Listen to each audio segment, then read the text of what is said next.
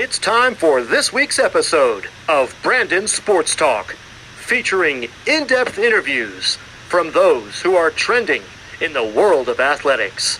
And now, here's the host of Brandon Sports Talk, Brandon Pate.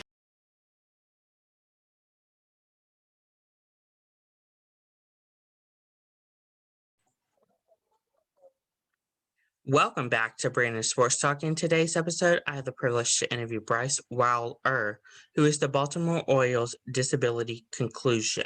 How are you doing today? I'm doing great, Brandon. Thank you for having me on.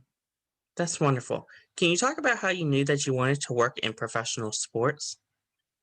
I grew up listening to sports on the radio, listening to Brian Barnhart commentating for the Fighting Illini and Don Fisher commentating for the Indiana Hoosiers. Those were two broadcasters who really brought sports to life for me and created visual pictures of the game taking place on the court or the field. And it was through those two broadcasters that I really wanted to be a part of sports. That's amazing. What was your time like at the University of Evansville? When I was at the University of Evansville, the former Aces head men's basketball coach, Marty Simmons, gave me the opportunity to sit on his men's basketball bench, which changed my life. It gave me the opportunity to experience college basketball, to shoot free throws with players and coaches before games, and to really live my dream of being a part of a sports team. Also, when I was at Evansville, I commentated over 90 games on the radio as a blind sports radio analyst and broadcaster, commentating a wide range of sports, including college basketball, college softball, and minor league baseball.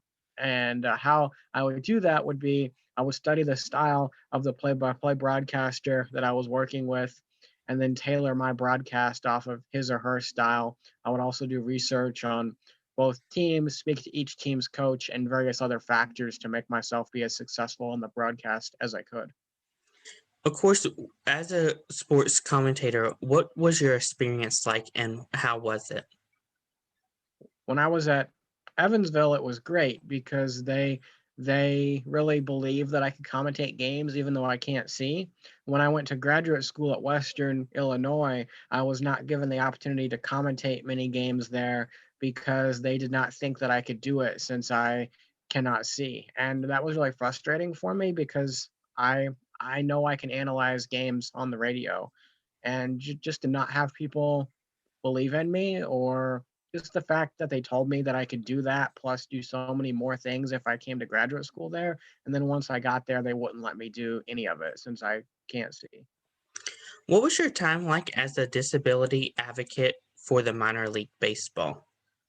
I really enjoyed my work with minor league baseball. I'm friends with Pat O'Connor, who is the former minor league baseball president, and I worked with him to start the minor league baseball programs to hire people with disabilities for employment in 2015. I also worked with the director of that, Vince Pearson, as well. And we really made great strides. And unfortunately, now Major League Baseball has taken over minor league baseball. So it will be under their watch to see how those programs improve and continue. What was it like creating programs for the disability in the minor league baseball and now working with Major League Baseball? So in my work that I'd done with Pat, we really just worked on showing teams how they could hire people who have disabilities. In my work as the Orioles disability consultant, I've taken that further from showing them how they can hire people who have disabilities for employment to making job roles accessible to helping ensure their app, website, and social media are accessible for all disabilities to just a wide range of programs such as this. Can you talk about, of course, being the co-founder of the Beautiful Life Project and what the Beautiful Life Project is? The Beautiful Lives Project works to give people of all disabilities the opportunity to experience a wide range of programs throughout the country, such as sports, art, cheerleading, dance, ballet. And being the co founder is so important to me because of what Coach Simmons did to give me the opportunity to sit on his basketball bench. I'm honored to be able to help people with disabilities to live their dreams throughout the country. We have a range of chapter presidents who help people with disabilities be able to experience sports and cheerleading, dance, and other programs throughout the country in many cities such as Chicago, San Diego, Hartford, Connecticut, and other places as well. Our website is beautifullives.org. If anyone would like to support us through donating, all the fundraise goes to support our Beautiful Lives chapters. Or if they'd like to become a chapter president or host an event for people with disabilities, they can get in touch with us for all those items at beautifullives.org.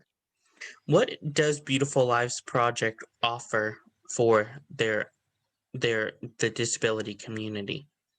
It offers people of all ages and all disabilities the opportunity to participate in programs that they have not otherwise been able to take part in, such as sports events, events with cheerleading teams, dance teams, art programs, things like that. But what is really special about Beautiful Lives Project is it gives people of all ages and of all disabilities the opportunity to participate. We don't limit these programs just to adults or just to children. We often have adults and children taking part together in the same event throughout the country, which gives those groups the opportunity to bond together, to break down stereotypes, and to create lifelong friendships. How has your work with the Baltimore Orioles as a disability consultant helped you? Well, what I've done with Baltimore, it's really changed my life because I have studied what other MLB teams are doing or what other high level sports teams are doing in the other leagues such as NFL, NBA, NASCAR, leagues such as that. And what we're doing with Baltimore is really at the top level of what teams are doing to accommodate and assist fans of all disabilities. So I've been honored to help the Orioles fans be able to live their dreams and experience sports, and also to just really help their staff to help people who have disabilities to have the best experience at Camden Yards and the Orioles Spring Training Stadium of Ed Smith Stadium in Sarasota, Florida. What are some of the things that you have helped implement it with the Baltimore Orioles that can go on to other professional teams in baseball and even professional sports in general? I've worked to help the Orioles to make their social media more accessible, to give people who have disabilities the opportunity to play on the field with their players and coaching staff.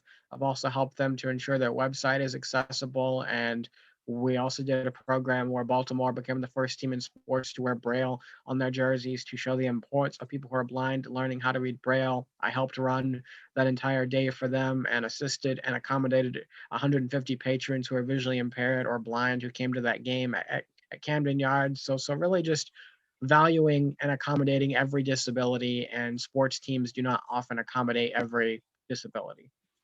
Can you talk about that moment when you created the Braille uniforms? The Orioles staff decided on creating or putting the Braille on the jersey. My job was to assist and accommodate the 150 patrons who are visually impaired or blind who came to that game. So to do that, I trained all of the ushers how to assist people who are blind and other disabilities throughout Camden Yards. I also made sure that the people who were coming had food menus in Braille, both contracted and uncontracted Braille, and in large print as well. And I also found places for their guide dogs to use the bathroom and to drink water and other items as well, just to help people who are visually impaired or blind have a successful experience at Camden Yards. And they were so grateful for that. How have you seen that with working with the Baltimore Orioles and making it more of a disability conclusion? How have you seen that it has helped transform into other teams? I wouldn't say that it's necessarily changed into more teams because I've tried to convince other teams to do these programs. There's always going to be a certain level of teams who love doing programs to assist and accommodate all disabilities. And there's going to be that percentage of teams and companies who just don't really want to do that, or they'll accommodate certain disabilities. It really comes down to the leadership of your organization, whether it's a sports team, a local business, or a large Fortune 500 company. If the leadership really cares and they really want to help people who have disabilities to be able to experience sports or to find employment, then they're going to do that. If they don't want to do that as much, they're not going to put the effort and the time into doing those types of items. Are there other teams besides the Baltimore Orioles that you have helped over the years? So far, that is the main sports teams that I've worked with, but I've also worked with the Marcus Corporation and Snapchat as well, helping them to make their websites and other items more accessible for people of all disabilities. What advice would you give somebody that's looking to get involved in sports to help the disability community?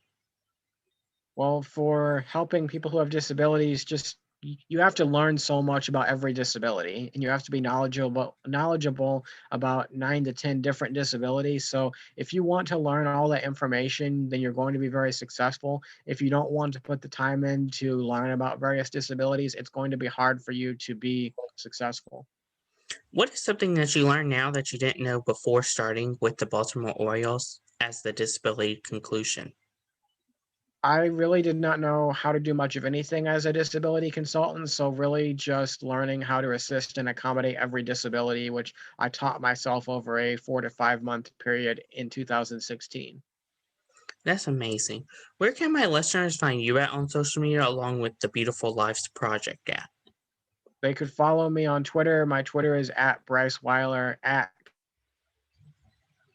capital BRYCE, capital WEILER. They can also connect with me on LinkedIn if they would like.